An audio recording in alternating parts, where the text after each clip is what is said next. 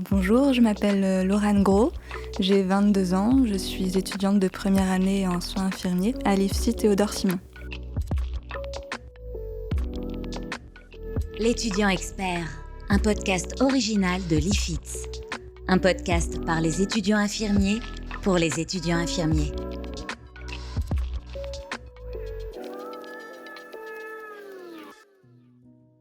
La représentation que j'avais de la profession infirmière avant mon premier stage, c'était surtout une vision technique de la profession. Je voyais beaucoup de soins techniques, de soins apportés à la personne, les prises de sang, les perfusions, et j'avais peut-être un petit peu moins ce côté relation de soins avec le patient, de surveillance. Donc voilà, une vision qui a beaucoup changé juste après le premier stage, parce que justement lors de mon premier stage, c'est surtout ça que j'ai découvert en fait, plus le côté relationnel et relation patient-soignant, plutôt que le côté technique de la profession. Est-ce que j'appréhendais le premier stage et quels étaient mes ressentis ? Eh bien oui, j'appréhendais beaucoup, je stressais beaucoup. Donc je me suis fait une raison, je pense que c'est normal puisque j'avais pas du tout d'expérience en la matière. Pour moi, c'était l'inconnu complet. Et donc c'est difficile d'avoir confiance en soi quand on n'a aucune expérience. Donc je voyais ça comme un challenge et je m'étais dit que le stress, justement, c'était une invitation à prendre confiance en soi parce qu'on allait découvrir de nouvelles choses et que c'était le signal que on allait grandir, acquérir de nouvelles compétences. Donc oui, j'appréhendais, mais en même temps, c'était un stress super positif et stimulant parce que j'avais qu'une hâte, c'était de rentrer dans le vif du sujet.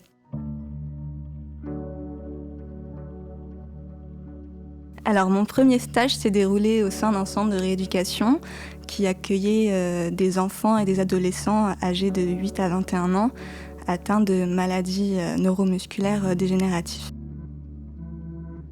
J'ai fait plein de candidatures, environ une quinzaine, et c'est la seule réponse positive que j'ai eue. Donc j'ai vu tout de suite que c'était un centre de rééducation, et c'est en me renseignant ensuite sur la structure que je me suis rendu compte que ça concernait des jeunes et des adolescents.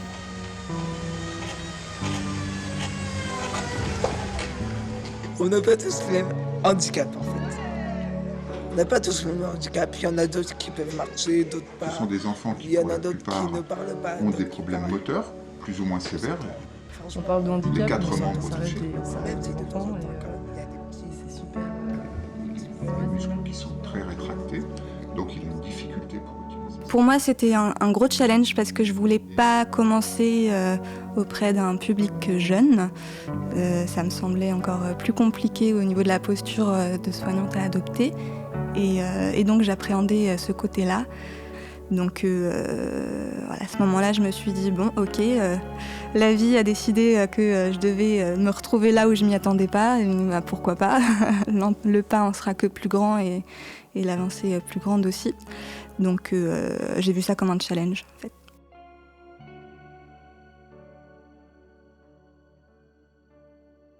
Sur la structure, il n'y avait pas beaucoup de patients. Il y avait environ une vingtaine de patients en hospitalisation complète. Et ce qui m'a permis, en fait, de tous les rencontrer et d'échanger avec eux un par un et de prendre le temps de mieux les connaître. Et donc, il y avait aussi un pôle rééducation avec un kinésithérapeute, un ergothérapeute et un psychomotricien. Il y avait également un psychologue.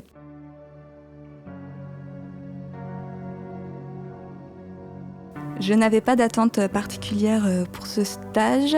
Je voulais juste découvrir, c'était l'inconnu et je savais que j'allais apprendre plein de nouvelles choses, que ce soit sur le plan technique ou relationnel, sur le plan des pathologies, du fonctionnement de la structure. Donc de toute façon, je savais que cette première expérience ne pouvait qu'être riche et j'avais pas d'attente particulière, si ce n'est que de me sentir plus à l'aise dans mon rôle de soignant.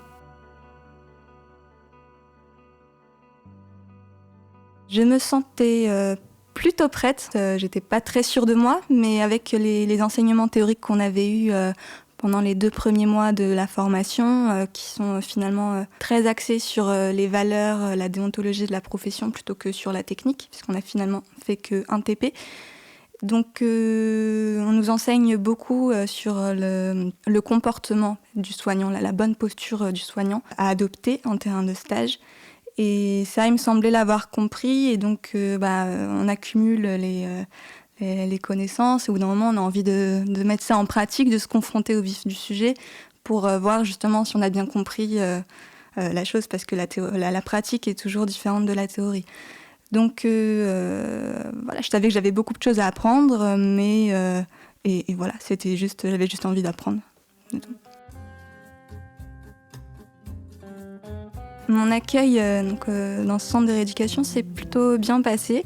J'ai été accueillie par une équipe de 4 infirmiers qui avaient presque tous mon âge. Donc ça, je m'y attendais pas. Et puis il y avait aussi 2 étudiantes infirmières qui faisaient leur stage dans cette structure-là. Donc ça a été tout de suite très amical, on va dire. Pareil du côté du personnel des aides-soignants qui ont été très accueillants, qui ont voulu aussi me prendre sous leur aile en tant qu'étudiante de première année. Donc tout s'est très bien, oui, je me suis sentie très bien accueillie en fait. Mon tuteur de stage, c'était quelqu'un de très sympathique qui avait envie de m'apprendre beaucoup de choses. Mais si je peux dire un petit mais, on m'avait prévenu parce que lors de mon premier jour, il n'était pas là. Et c'est une autre infirmière qui m'a briefé un petit peu sur le fonctionnement de la structure et ce que j'allais pouvoir y faire et y découvrir. Et elle m'a dit tout de suite que mon tuteur était plutôt solitaire et que voilà, je serais pas du tout tout le temps avec lui, comme ça peut être le cas d'autres étudiants avec leur tuteur, et que je serais plus un peu livrée à moi-même dans la structure. Donc voilà, effectivement, c'est ce que j'ai découvert assez rapidement, qu'il y avait des moments où il voulait m'apprendre beaucoup de choses, où je pouvais lui poser beaucoup de questions, et d'autres où il me fuyait. Donc moi, c'est pas grave, hein, je fais mon petit chemin, mais voilà, c'était quand même très positif, et puis on s'adapte. C'est pas que les gens ils veulent pas, mais c'est qu'ils pensent pas forcément à vous proposer. Des fois ils sont dans leur truc. Bon voilà, faut pas hésiter à demander est-ce que je peux venir avec toi. Est-ce qu'en effet, tiens, ça fait plusieurs fois que je vois ce soin. Est-ce que tu veux bien que j'essaye de le faire? Et puis voilà, les biologistes aussi, on en parlait. Au niveau des soins sur cette structure, les soins techniques, type prise de sang, même les glycémies, c'était complètement absent. Voilà, en fait, c'était très réduit au niveau soins techniques, mais c'était très riche au niveau des soins relationnels. En fait. Donc j'ai fait beaucoup de soins de bien-être et de confort. Il faut savoir que c'était des enfants qui étaient en fauteuil roulant électrique, donc qui étaient en dépendance totale et qui avaient besoin d'aide sur tous les gestes du quotidien. Et donc j'ai beaucoup appris sur cette posture-là du soignant qui aide le patient dans son quotidien, dans son hygiène, dans la prise de ses repas. Je me suis rendu compte qu'en tant que soignant, on apparaissait vraiment comme une ressource pour le patient. Donc voilà, j'ai beaucoup appris du point de vue relationnel, tant plus que j'avais affaire à des enfants et des adolescents. Mais par contre, au niveau des soins techniques, j'ai fait... alors il y avait un patient qui avait une trachéotomie et d'autres qui avaient des colostomies. Donc je me suis un petit peu familiarisée avec cette prise en soins particulière, qui était déjà assez spécialisée, mais voilà. Qui est alimenté par une sonde de gastrostomie. Donc toute l'alimentation, l'hydratation passe tout par la gastrostomie. Et on arrive donc là, à faire passer ça sans qu'il y ait de fausse route. On l'hydrate. On va t'embêter un petit peu, chaton, hein, mais c'est pour ton bien. Ça fait pas mal, mais c'est... Il n'a plus l'usage de ses membres. Il a des troubles respiratoires qui vont nécessiter une ventilation en permanence. Il est ventilé 24 heures. Je vais profiter de la petite dent. Alors, lors de mon premier jour en stage, on m'a dit que je passerais les premières semaines avec les aides-soignantes et si tout se passait bien, les suivantes avec les infirmiers. Et donc lors de la première matinée en compagnie de 2 aides-soignantes, on m'a dit que j'observerais pour me familiariser un petit peu avec le soin que c'était. Et j'ai tout de suite voulu prendre des initiatives parce qu'au début, il y avait un certain malaise sur le fait d'être l'étudiante qui observe un soin qui est quand même d'une grande intimité pour le patient.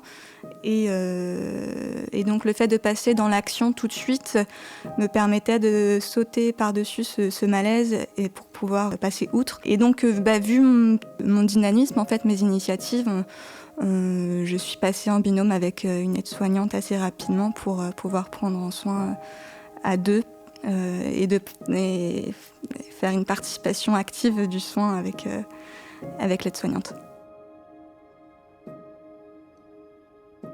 J'appréhendais la relation avec le patient du fait que c'était un jeune patient et du fait aussi de ma non-expérience avec ce public-là et dans le domaine du soin en général. En fait, j'avais peur que ma non-confiance se ressente et que cela complique la relation du soignant avec le patient. Donc je me suis fait de violence tout de suite pour essayer de montrer que j'avais confiance en moi, même si c'était absolument pas le cas. Et puis surtout, en fait, c'est assez naturel, hein, on nous apprend beaucoup à l'école avant le premier stage les valeurs qui font une bonne infirmière, c'est-à-dire le respect à tout point de vue, de l'intimité, de la dignité, la bienveillance dans la relation, l'attention qui est portée à l'autre et surtout l'écoute. Parce que on donne, par cette relation, on donne l'occasion aux patients de s'exprimer. Et donc c'était des choses que j'avais en tête et qui permettaient de cadrer le type de relation que j'allais établir avec le patient. Et donc toujours dans cette optique d'écoute et de répondre au mieux aux besoins entre guillemets du patient, j'ai été confrontée à une situation qui m'a un petit peu déroutée dans le cas où le patient, lors de soins de confort et de bien-être, exprimait de la souffrance sans pouvoir exprimer véritablement ses besoins ou ses préférences parce qu'au vu de sa pathologie, il en était incapable. Et là, je vois que la relation d'aide qui était en place avec le patient le faisait souffrir, même si elle était nécessaire. Et donc, je me suis interrogée à quel point ça pouvait être acceptable. Comment est-ce que, si moi je devais l'accepter sans me poser de questions, ou s'il pouvait y avoir une situation de relation de soins qui était plus adaptée pour prendre en charge ce patient. Donc voilà, c'est la situation que j'ai choisie lors de l'analyse de situation pour le retour de stage.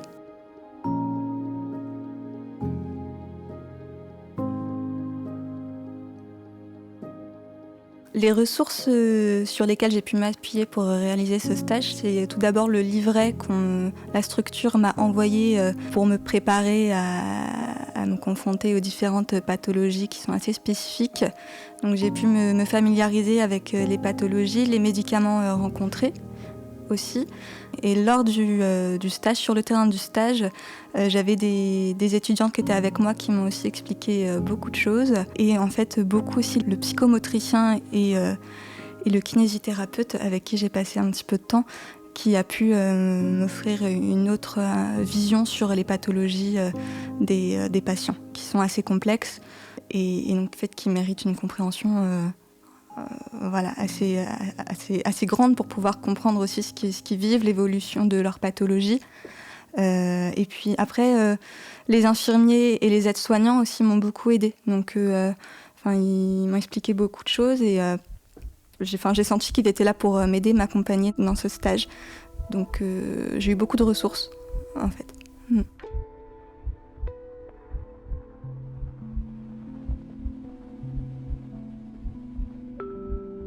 Pour ce patient qui était en état de souffrance, j'ai pu exprimer mes questions aux infirmiers qui n'ont pas su me répondre, en fait, qui m'ont dit de plutôt m'adresser aux médecins parce qu'eux-mêmes n'avaient pas toutes les réponses à mes questions. Alors malheureusement, je n'ai jamais posé ces questions aux médecins parce qu'il n'y avait déjà qu'un médecin pour une vingtaine de patients qui n'étaient pas très souvent présents ou quand il était, il avait déjà assez à faire pour que je puisse lui poser ces questions. Donc j'ai des questions qui sont restées sans réponse et puis j'ai vite compris que la situation de ce patient était telle depuis un certain temps. En fait, et que c'était devenu une habitude qu'on questionnait plus forcément parce que ça faisait des années qu'il était au centre de rééducation, que son état s'était beaucoup détérioré et que de toute façon, il n'y avait pas forcément de meilleure solution pour lui. Donc je me suis résignée un petit peu.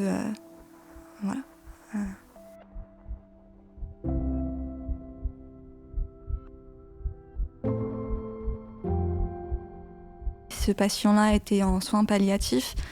Et rien que pour la cohésion avec les autres résidents, je trouvais ça étrange que lui subisse un traitement aussi différent, du fait qui était tout à fait adapté à sa pathologie. Mais du coup, je me suis demandé et j'ai fait des recherches pour savoir s'il n'y avait pas une autre structure qui serait peut-être plus adaptée pour prendre en charge ce patient. Effectivement, ce que j'en ai compris, c'est que ce patient n'était pas forcément dans la bonne structure, mais qu'il y était parce que quand il y est rentré il y a des années, il était tout à fait adapté à la structure qui pouvait l'accueillir, mais que son état s'est détérioré très rapidement et que par souci de confort ou par facilité, il est resté dans cette structure-là qui voulait bien l'accueillir en fait.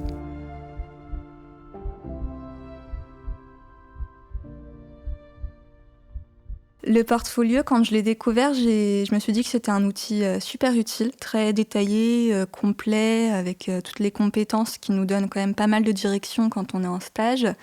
Donc j'avais hâte en fait de pouvoir l'utiliser, surtout qu'on nous dit que quand on sera diplômé, c'est un outil qui peut être très intéressant pour nous pour trouver un poste.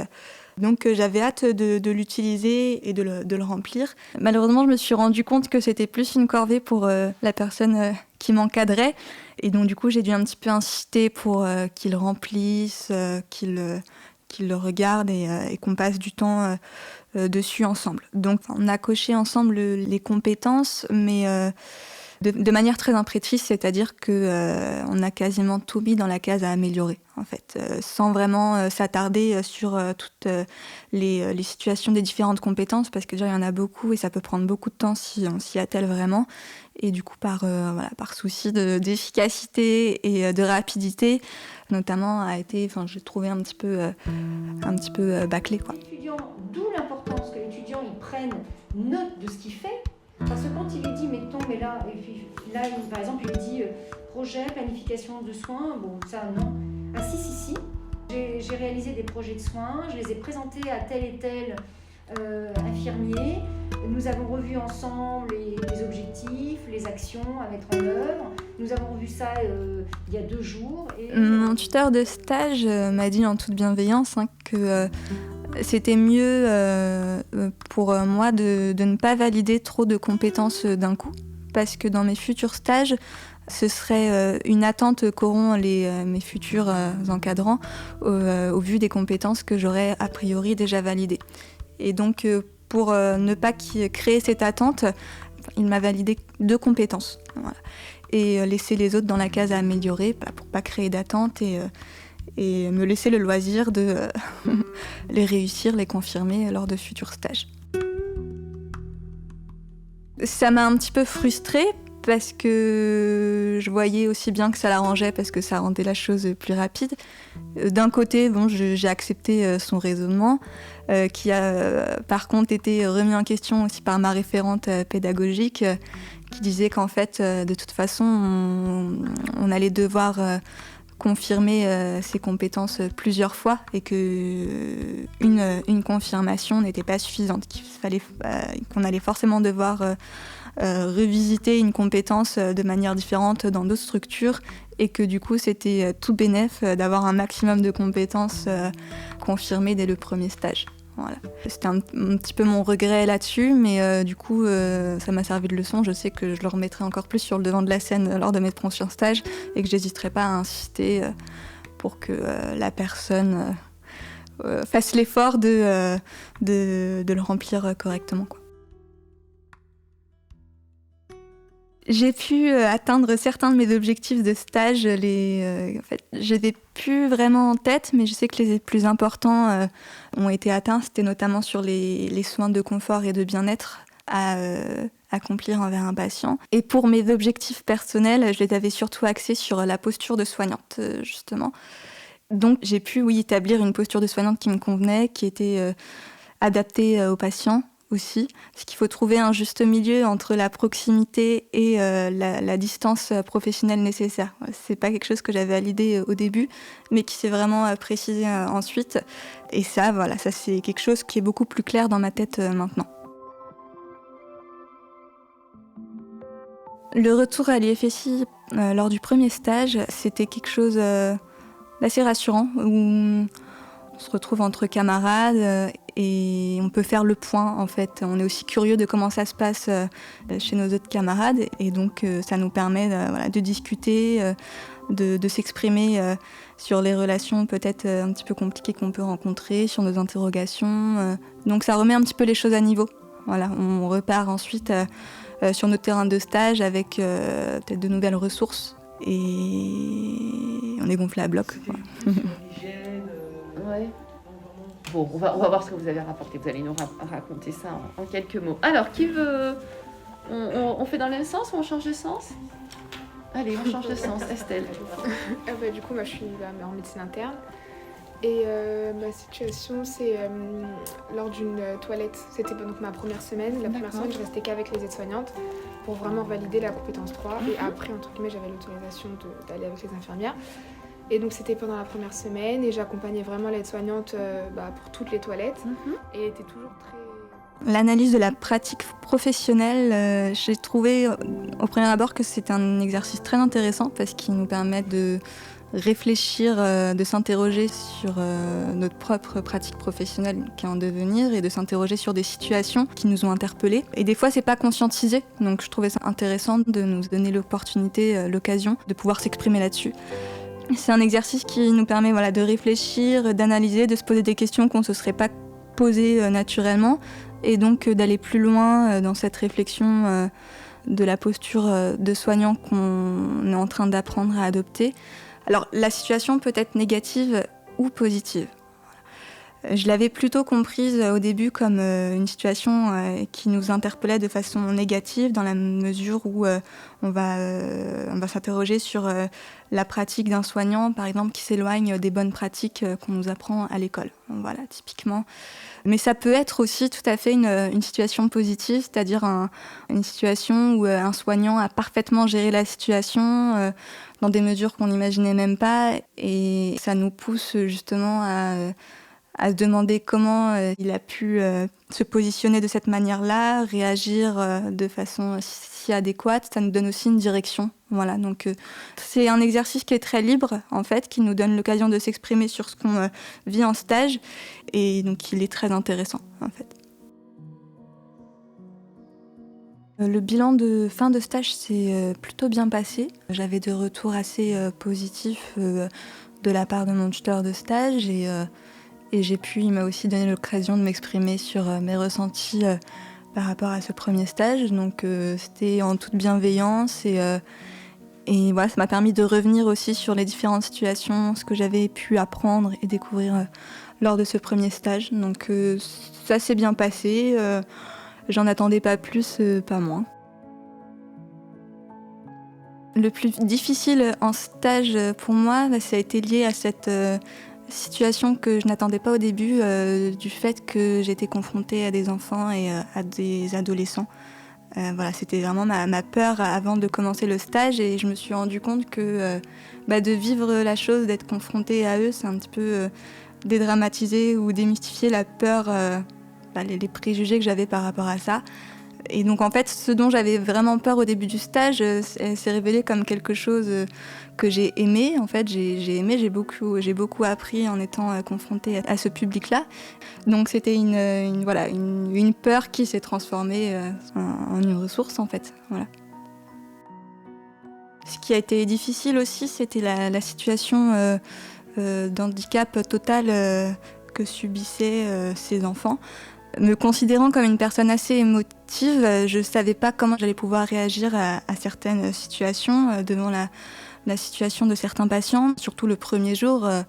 Et donc, il y a eu un temps d'adaptation de plusieurs jours nécessaires, même si je ne le montrais pas du tout ou si c'était complètement accepté, avant que ça devienne quelque chose de normal, en fait.